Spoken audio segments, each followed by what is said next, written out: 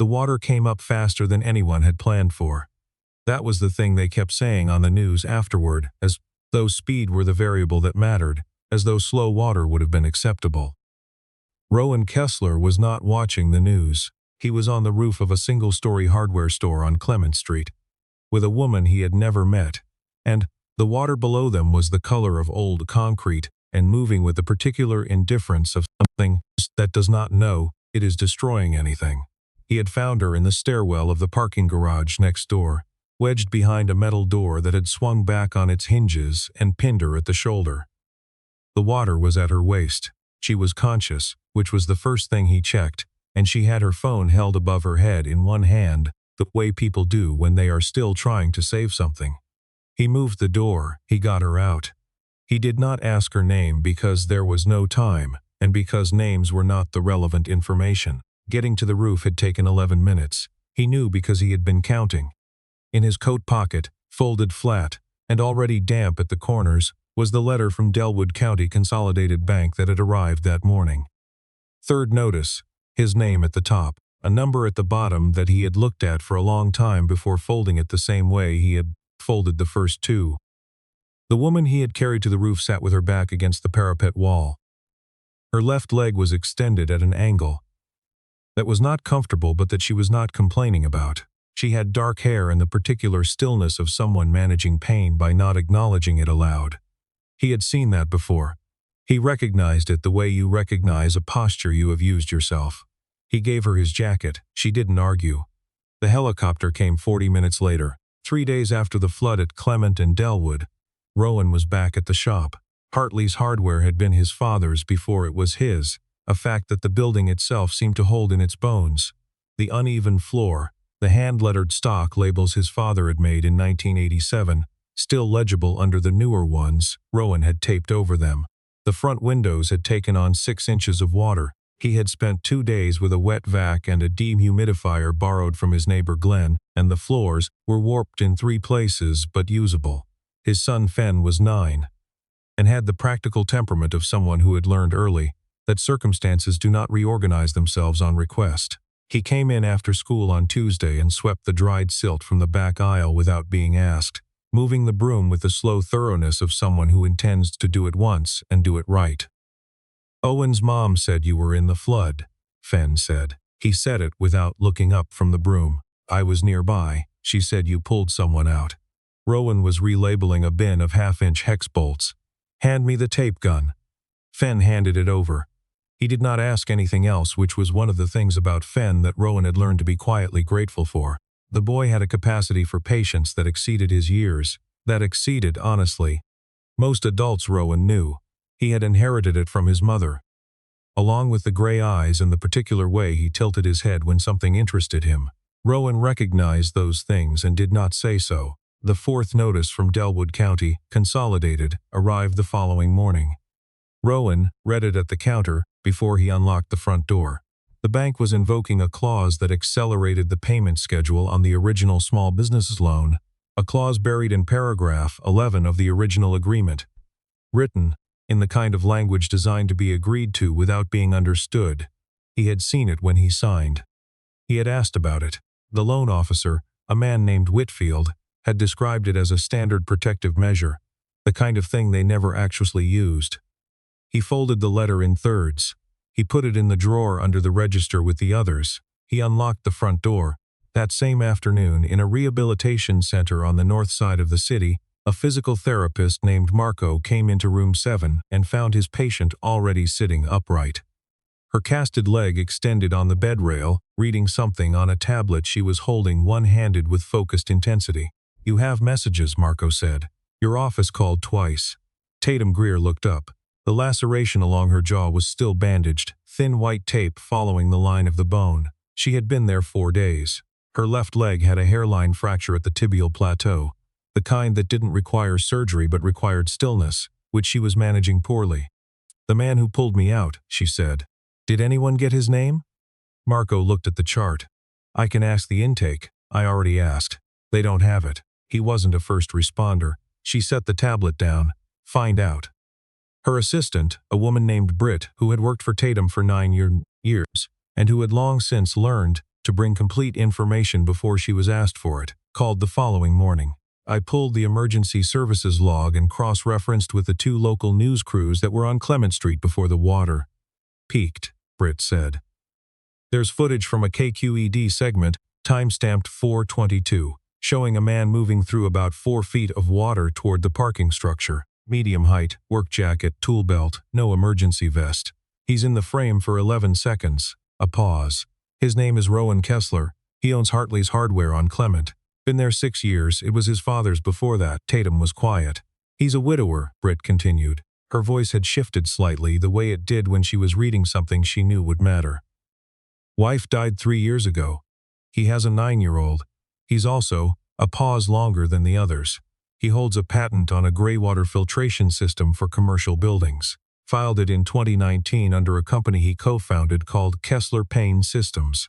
The co-founder bought him out in 2021. The buyout terms were a lump sum and a non-compete. How much?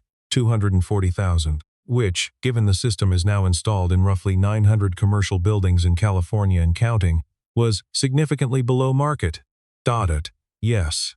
Tatum looked at the window. Outside, the city was gray and wet still, the streets marked with the high water lines that floods always left like signatures. She thought about the way she had been moved through the stairwell, the specific angle of it, the care with which she had been positioned despite the speed. She had asked the orthopedist about the fracture. He'd said she was fortunate it hadn't displaced. She had not said what she was thinking, which was that the way she had been carried had been deliberate in a way that luck doesn't account for. "Send me everything," she said. 20 miles south of her, in a house on Garvey Road that backed up against the hills, Rowan unrolled a set of drawings on the kitchen table. He had done the work himself. 3 years of weekends and vacation days, the addition on the east side, the rebuilt porch, the south-facing window in the upstairs room that Fenn had picked specifically because of the morning light. Along the margin of the east elevation, in handwriting he recognized as his own from a period when he had been less tired, he had written, "Morning light, east wall, Fenn's choice." He put the drawings away. He went to bed before 10 and did not sleep until past midnight, which was the kind of thing that happened when you had been through a significant thing and had decided not to talk about it. What he did not know, lying there in the dark, was that 70 miles north of him a woman with a fractured leg and a bandaged jaw was reading a file with his name on it and had not gone to sleep at all. Tatum left the rehabilitation center on the 8th day. Her leg was in a brace, and she moved with the economy of someone who has decided that visible pain is a negotiating disadvantage. Britt was waiting at the entrance, with the car running and a folder on the passenger seat. "I rerouted the Hayward meeting to Thursday," Britt said, pulling out. "Your 10 tomorrow can push. Take Clement Street," Tatum said. Britt drove 2 blocks before she responded. "It's still marked off in sections." "I know." Clement Street was passable but altered. Silt marks on the storefronts, stacked sandbags along 2 stretches, a section of sidewalk still buckled where the drain had failed. Hartley's Hardware had a handwritten sign in the window, "Open. Some stock relocated. Come in." She didn't stop. She looked at the building as they passed and didn't say anything. Back in the city, she did not go to her office.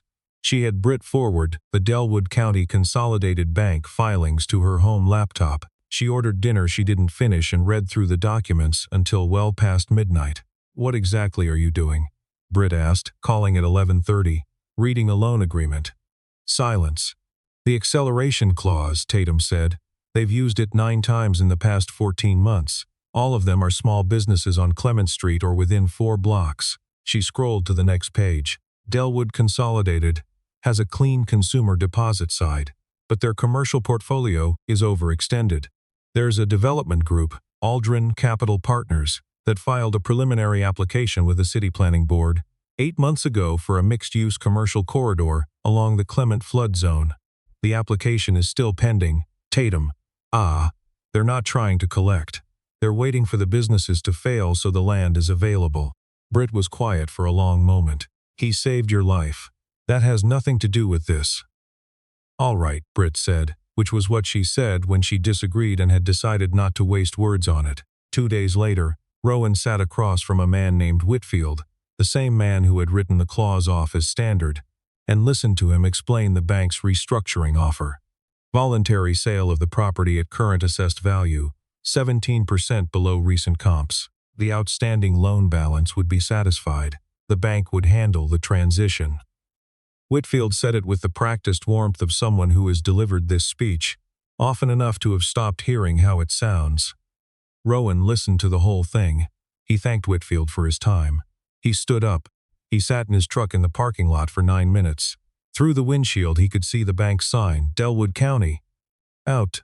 Consolidated. Gold letters, the tagline about community banking. The building had been there since his father was 30. His father had taken out his first business loan at that counter. That loan was paid off. The building was still there. He looked at his phone. He didn't have Tatum Greer's number. He hadn't asked for it, hadn't thought to, because she had been someone he'd moved through water, and he had assumed the rest was someone else's problem. His phone rang. Chicago area code. He looked at it for 2 rings and then answered.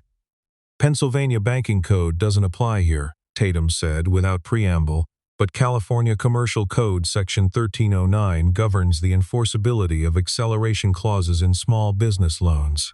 The triggering conditions require documented default under the original repayment schedule. You're current on payments. Rowan said nothing for 3 seconds. How do you know that? I read the filing. You read my loan filing. You're current on every payment. They didn't trigger the clause legitimately. They skipped the classification step. A long pause. Who are you? He said. The line went quiet, then it clicked off. The second time Tatum came to Clement Street, she drove herself, which Britt had expressed a restrained opinion about given the leg brace and the manual transmission of the rental. She parked in front of Hartley's Hardware at 8:45 on a Wednesday morning and waited on the sidewalk with her hands in her coat pockets.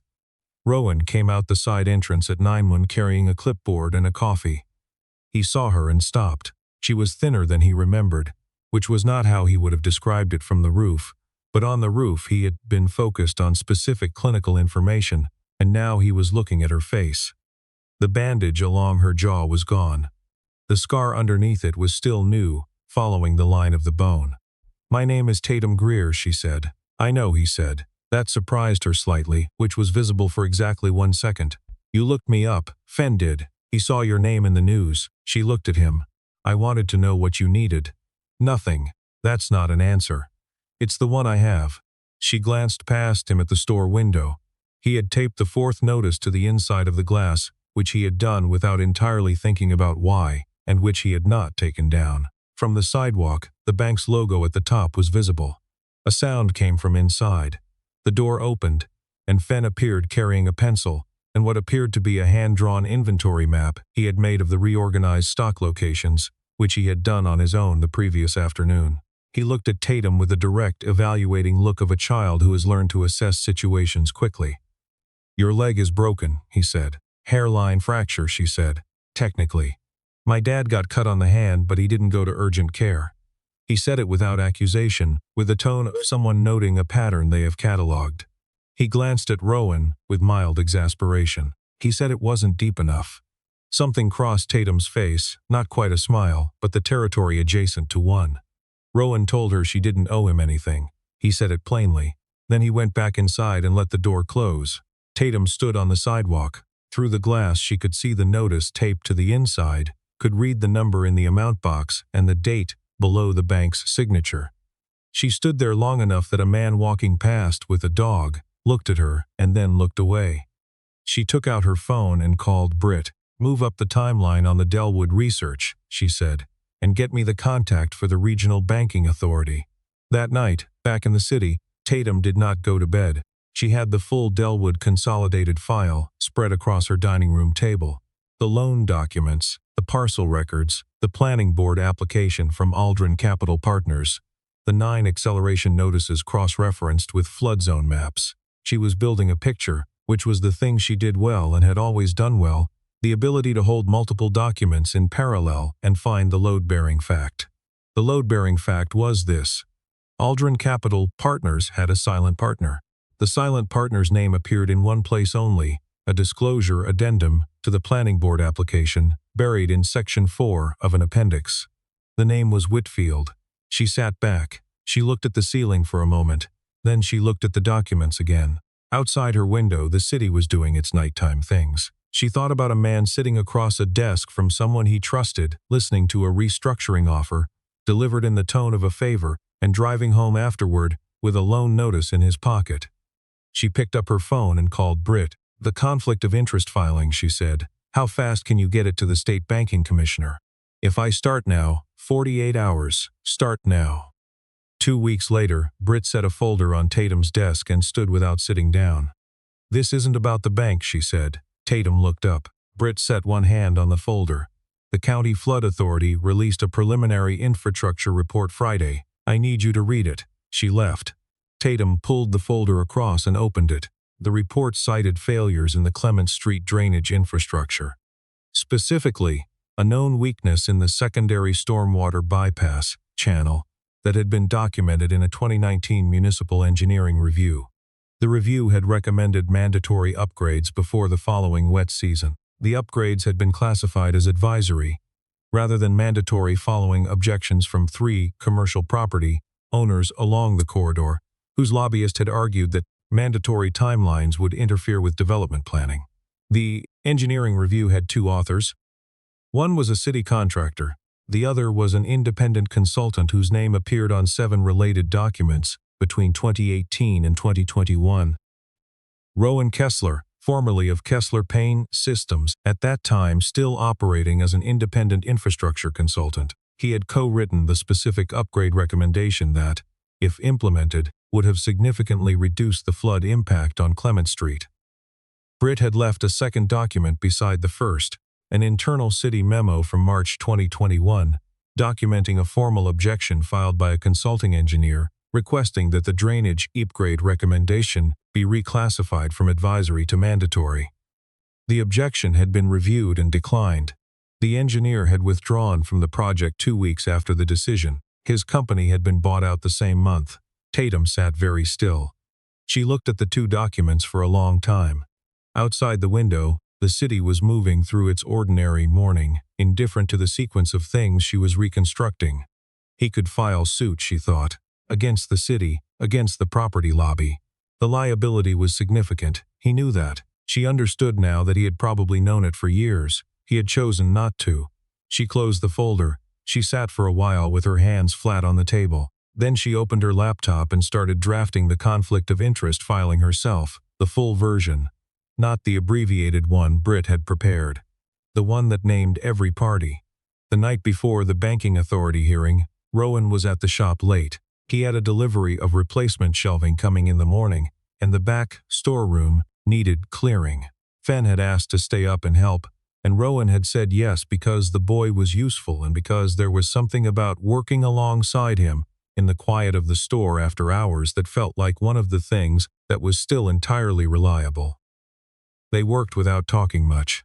Fen moved boxes with the deliberate efficiency of someone who takes spatial organization seriously. At one point, he looked up from a stack of supply catalogs he was sorting. "Is the bank going to take the store?" he said. Rowan was moving a shelving unit. "No." Fen looked at him with a particular look, head slightly tilted, assessing the confidence level of the answer. "Okay," he said. He went back to the catalogs. Rowan set the shelving unit against the wall. He thought about what he had said, and whether it was true, and decided that it was true in the way that things can be true before they have fully happened yet. The next morning, the Regional Banking Authority opened a formal review of Delwood County Consolidated's commercial loan practices. The review cited a complaint filed by an independent financial consultant, referenced specific documentation of the Clement Street acceleration notices, and named Whitfield's undisclosed interest in Aldrin Capital Partners as a potential conflict requiring investigation. Whitfield was placed on administrative leave the same afternoon. Rowan heard about it from Glenn, his neighbor, who had heard it on local radio while driving to work. He was behind the counter when Glenn called. He listened. He thanked Glenn. He set the phone down. He stood at the counter for a moment. Then he went to the back and finished clearing the storeroom for the delivery. Solace wasn't quite the right word for what Tatum Greer did with the bank. She didn't buy it. She didn't need to, as it turned out, because the conflict of interest filing had done the structural work. And what Delwood Consolidated needed after Whitfield's removal was not acquisition, but governance. She joined the corrective oversight committee that the banking authority required as a condition of continued operation, a position that gave her access to the loan portfolio and the authority to recommend restructuring terms. The first restructuring she recommended was Hartley's Hardware on Clement Street. She didn't mention that when she called Rowan to tell him the acceleration clause had been invalidated and his original payment terms restored. She called on a Thursday afternoon. He answered after 2 rings. "The banking authority found the conflict of interest," she said. "I heard. Your loan terms are restored to the original schedule. You'll get a written confirmation from the bank within 10 days. A pause. "You filed the complaint," he said. She didn't confirm or deny it. "I know you did," he said. Britt's name was on the filing as representative. There was a silence on the line. Not uncomfortable. The kind of silence that happens when 2 people have arrived at the same fact from different directions and are both looking at it. "Thank you," he said. "You're welcome," she said. And then before she had entirely decided to, "How's the store?" He was quiet for a second. It was a small shift. She heard it. "It's good," he said. "We got the new shelving in." Fen reorganized the fasteners section. Made a map, laminated, with a legend. Something in her face did a thing she was glad he couldn't see. That sounds like a reasonable 9-year-old activity. He's very serious about it. The call lasted longer than it needed to for the purpose it had started as. When it ended, Tatum sat in her office for a while without opening her laptop. Through the window, the city was doing what cities do in November, gray and moving and entirely unconcerned with the interior states of the people inside it. 3 weeks after the banking authority hearing, Dennis Whitfield's resignation was accepted by the Delwood Consolidated Board. The Aldrin Capital Partners planning application was withdrawn from the city board 2 days later.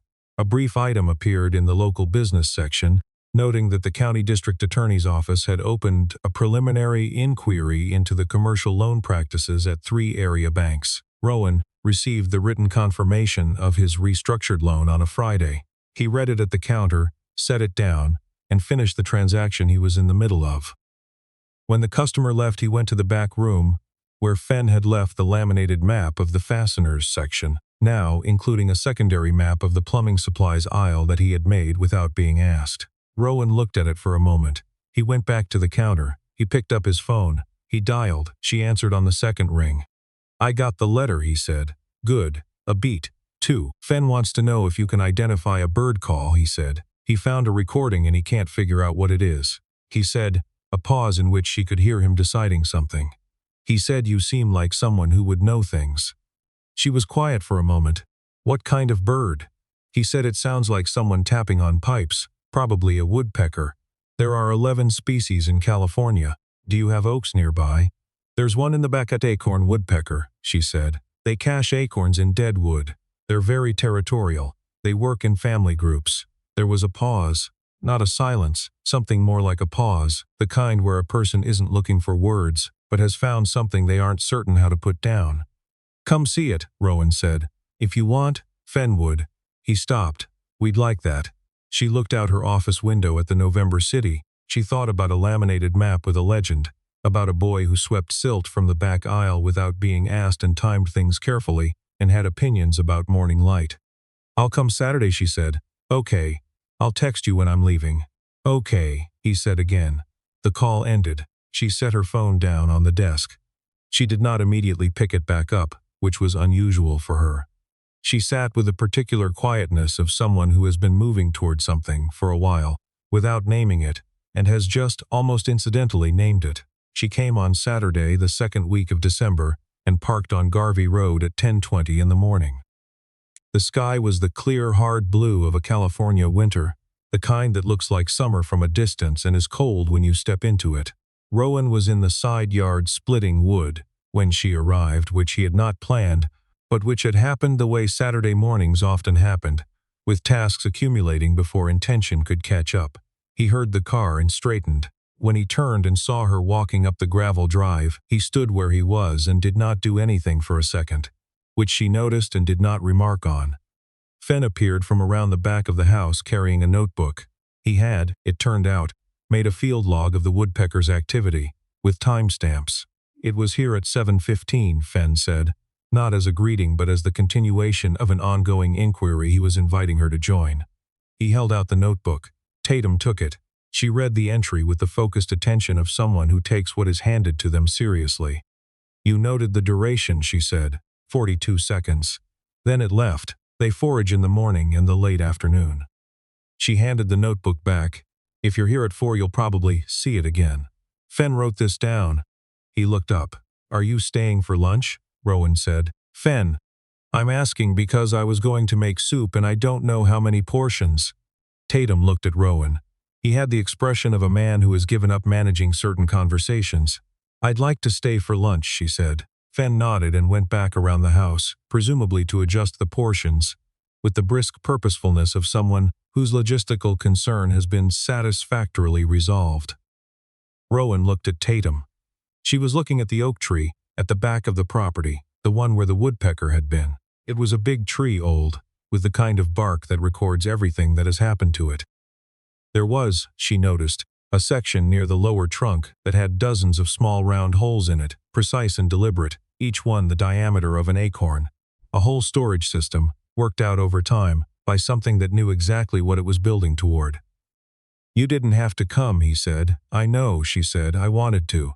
He looked at her for a moment. Actually looked at her.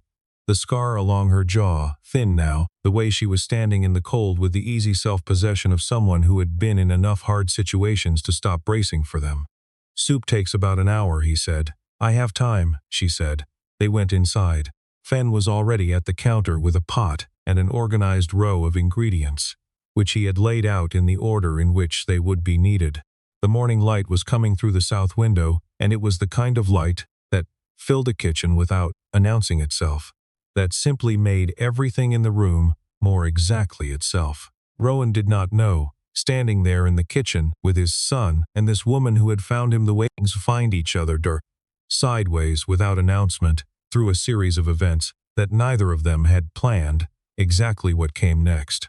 He was not a person who needed to know exactly what came next. He was a person who had learned that some things are built slowly, corner by corner, and that the quality of your attention to the work is the only thing you can fully control. Fen set a third bowl on the counter. He did not explain why he had done this. No one asked him to. Outside in the oak tree, the woodpecker arrived at 11:47, which was off schedule, as though the morning had rearranged itself slightly. Fen noted the time in his log. He did not interrupt anything to do so. The light held. The soup simmered. The house, which had been built to hold the things that mattered, did what it had always been built to do.